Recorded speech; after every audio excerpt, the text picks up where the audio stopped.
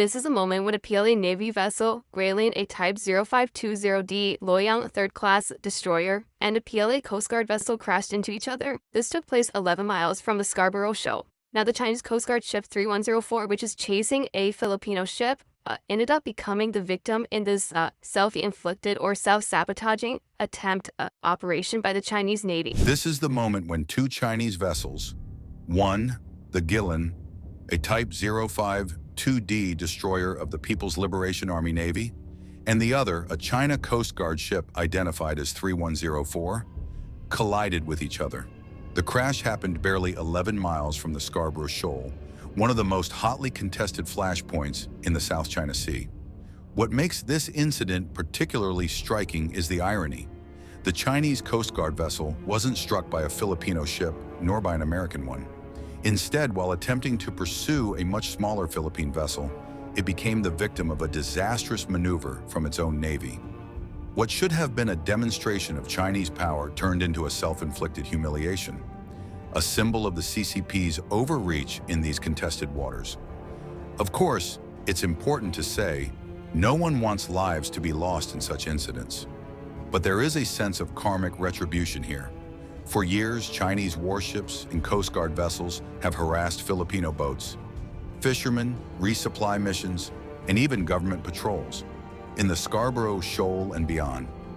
Many of these incidents never made headlines, but this time, instead of the Philippines suffering damage, it was China's own vessels that were left battered and broken, and the world took notice. So how did this happen? According to eyewitness accounts and video evidence, the Chinese destroyer attempted to shield its Coast Guard vessel from what it assumed would be a ramming attempt by the Philippine ship. But this assumption was absurd. Anyone familiar with these encounters knows that Filipino vessels rarely, if ever, initiate such maneuvers. Instead, it's almost always the Chinese side using water cannons, blocking tactics, or sheer intimidation against much smaller Philippine boats. The Coast Guard ship involved, Ship 3104, is itself a converted naval vessel, far larger and heavier than anything in the Philippine Coast Guard's arsenal. To imagine that it needed protection from a small Filipino patrol craft defies logic. Yet in the heat of the moment, the Chinese destroyer made the fatal miscalculation.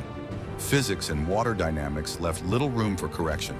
At sea, momentum is unforgiving. By the time the PLA destroyer turned, it was too late. The result was a T-shaped collision. The destroyer plowed into the side of its own Coast Guard ship, smashing the bow of vessel 3104. The damage was severe. Photos and footage showed the Coast Guard ship's front caved in, metal twisted and torn apart like paper. On the destroyer, the damage was less visible but still significant enough to render it unseaworthy. Two vessels, both sidelined, not by enemy fire, but by their own recklessness. In the aftermath, the Philippines did something remarkable. Instead of celebrating or mocking the incident, its crew immediately offered medical assistance to the Chinese side. Radio calls from the Filipino vessel went out. "We have medical personnel on board. Should you need any assistance, we are willing to provide assistance." It was a gesture of humanity, a reminder of the stark contrast between the two sides. Why did the damage look so catastrophic? Analysts point to the quality of Chinese shipbuilding, a term widely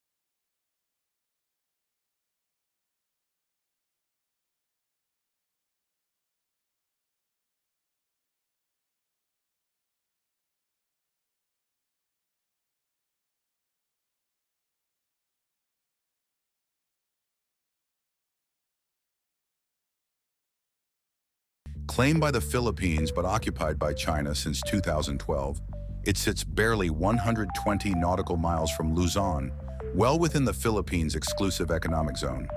For Beijing, controlling it means extending military power deep into Southeast Asia. For Manila, resisting Chinese encroachment is a matter of sovereignty and survival.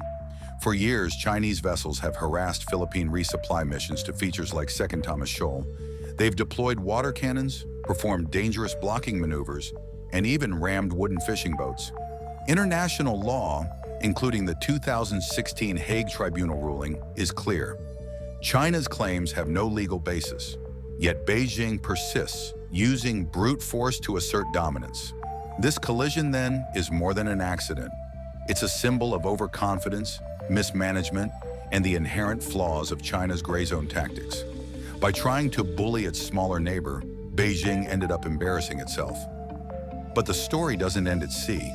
Domestically, China is facing cracks in the CCP's control of public opinion. Small acts of dissent are emerging, from banners calling for Xi Jinping to step down, to cryptic jokes on social media comparing his rule to drinking too many bottles of wine. These are not mass movements, but they are signals of frustration beneath the surface.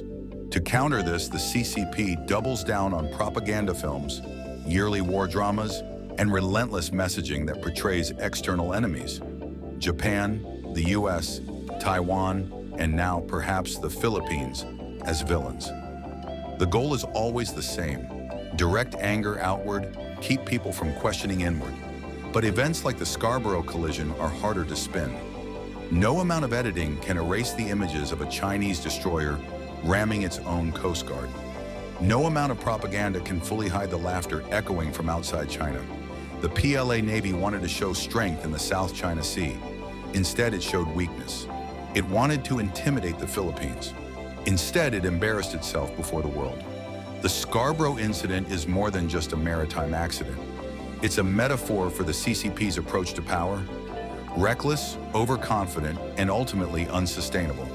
As China tries to expand influence overseas, building ghost cities in Malaysia, investing in infrastructure across Africa, or projecting naval power into contested seas, its ambitions often collapse under their own contradictions. In the end, the world is watching.